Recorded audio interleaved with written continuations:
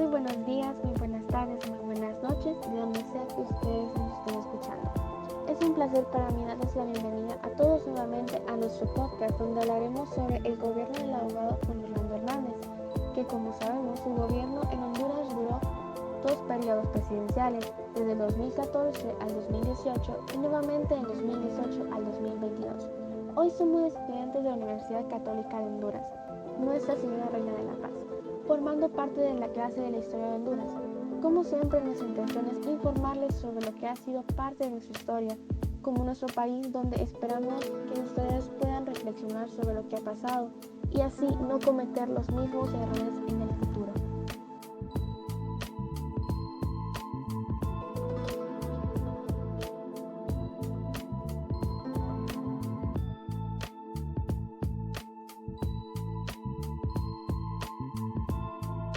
El día de hoy voy a estar hablándoles sobre el gobierno de Juan Orlando Hernández. Juan Orlando Hernández Alvarado nació el 28 de octubre de 1968 en la ciudad de Gracias Lempira. Es licenciado en Ciencias Jurídicas y Sociales, abogado y notario. Además obtuvo un título de maestría en Administración Pública con énfasis legislativo en los Estados Unidos. En enero del 2010, el Pleno del Congreso Nacional eligió a Juan Orlando Hernández como el presidente de la Junta Directiva Provisional de ese poder del Estado. Antes de dejar el Congreso para dedicarse a su campaña presidencial, Hernández introdujo un proyecto de ley para la creación de la Unidad Toma Integral Gubernamental de Respuesta Especial de Seguridad. Como ya sabemos, Juan Orlando gobernó por 2 periodos, que fueron el 2014 y en el año del 2018. La reputación del ex gobernante de nuestro país antes de su gobierno no era pulcra, ya que debido a que había estado involucrado en diferentes escándalos mediáticos como el robo del Seguro Social, que hay quienes dicen que utilizó ese dinero para financiar su campaña electoral antes de ser elegido como presidente. También fue presidente del Congreso desde el 2010 hasta el 2014, donde aprobó leyes como la Ley de Depuración Policial, que consistía en hacer pruebas de confianza a los miembros de la policía por medio de un polígrafo, algo prohibido por el artículo 101, literal 7 del Código Procesal Penal del país. La ley violaba además garantías constitucionales y del derecho internacional. Bueno, vámonos al gobierno durante el año del 2014, que se dio la toma de posesión el 27 de enero del 2014. Bueno, en su discurso, Hernández aseguró que elevaría el número de elementos de la policía militar, así como la puesta en vigencia de la policía Tigris. Aseguró la aceleración de la depuración de las instituciones públicas y mencionó que su gobierno iba a contrarrestar los altos índices de violencia que imperaba en el país aplicando la cero tolerancia. También bajo el lema Una vida mejor, Hernández reiteró su promesa de ayudar a las 800,000 familias más pobres, de apoyar a los pequeños productores y de generar empleos. Durante la toma, simpatizantes del opositor Partido Libre marcharon en repudio a Hernández, a quien acusaron de ganar fraudulentamente. El gobierno durante el año del 2015. Honduras se moviliza, la gente está en las calles protestando y desde el miércoles los militares se tomaron las farmacias y los almacenes de los hospitales.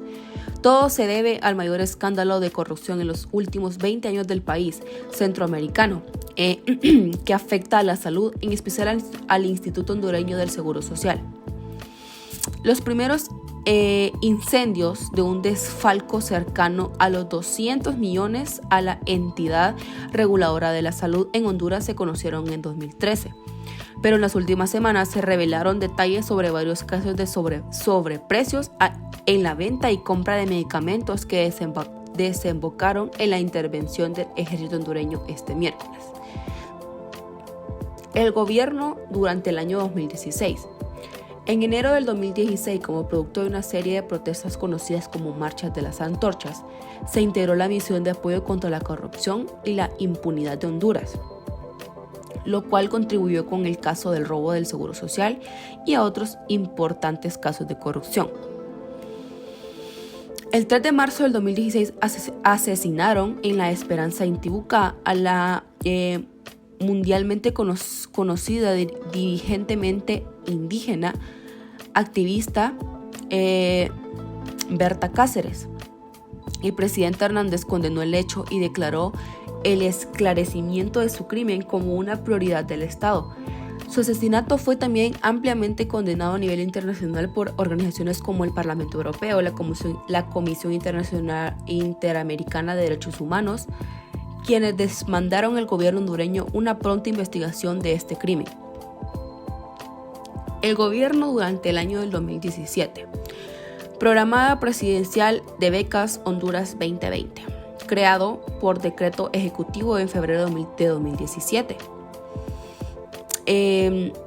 Decía que hasta en agosto del 2019 se han entregado además 880 becas para posgrados en el extranjero.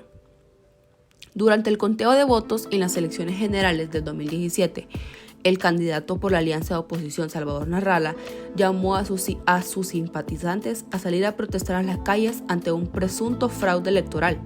Las protestas vandálicas en varias zonas del país dejaron un saldo de al menos 7 muertos y más de 20 heridos. En respuesta, el 1 de diciembre, el gobierno hondureño decretó la suspensión de ciertas garantías constitucionales, con un toque de queda durante 10 días.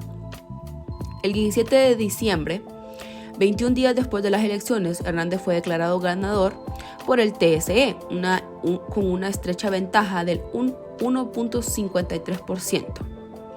La misión de la Organización de los Estados Americanos, que realizó un monitoreo independiente de las elecciones, encontró varias irregularidades durante el proceso y dudó de la credibilidad de los resultados oficiales. También otros observadores internacionales cuestionaron la transparencia y la justicia de los resultados.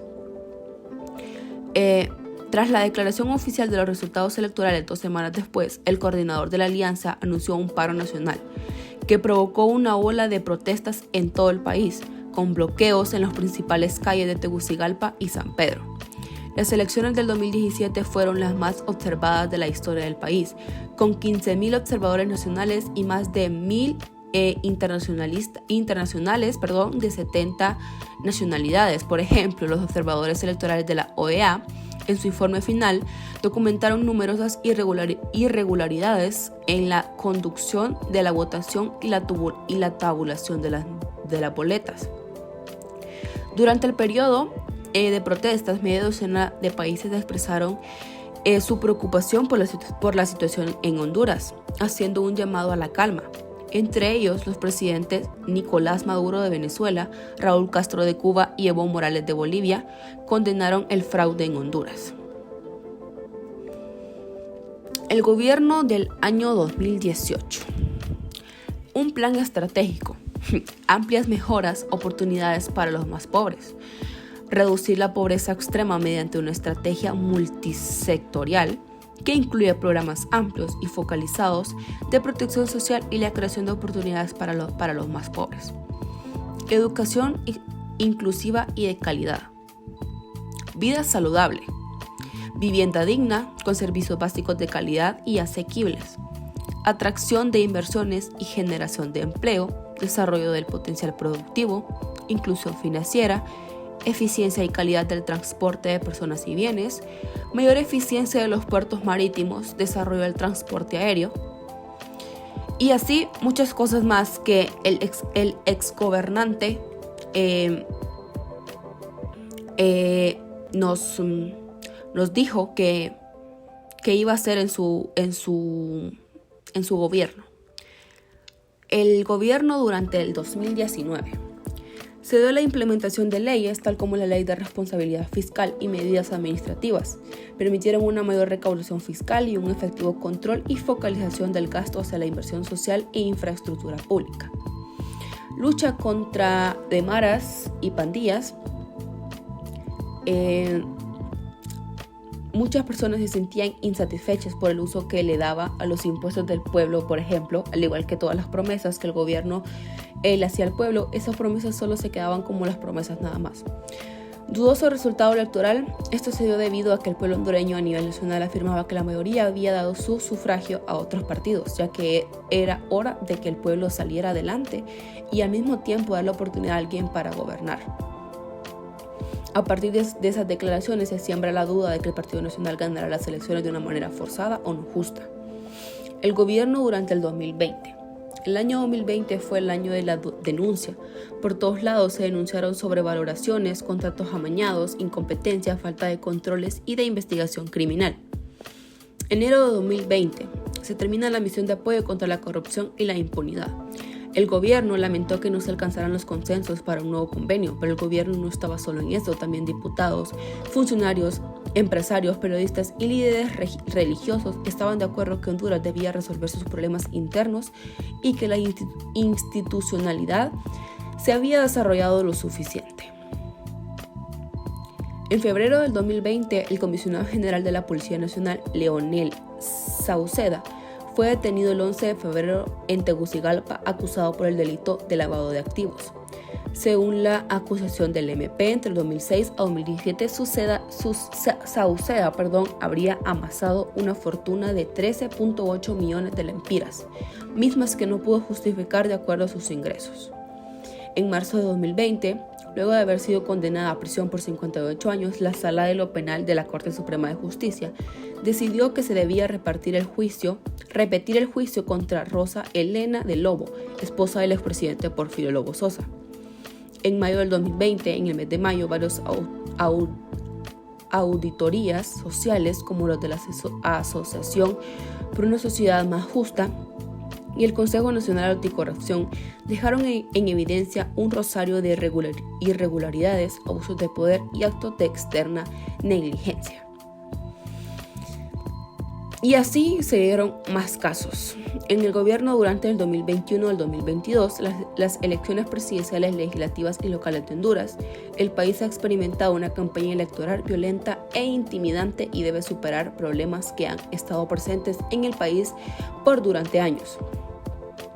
El abogado Juan Orlando Hernández, del Partido Nacional, asumió la presidencia de Honduras en enero del 2014, gobernó ese país hasta el 2022, a pesar de la Constitución hondureña no permite la reelección. El presidente de Honduras fue uno de los protagonistas de un juicio relacionado con el narcotráfico en New York, pero pocos analistas piensan que tendrá un gran impacto en el país sumido en la corrupción. Bien, les tengo una pregunta que es: ¿de qué acusan al expresidente de Honduras, Juan Orlando Hernández? Bueno, la pregunta está más clara. Lo acusan de corrupción, de violencia y crimen organizado, de narcotráfico, de pobreza y migración.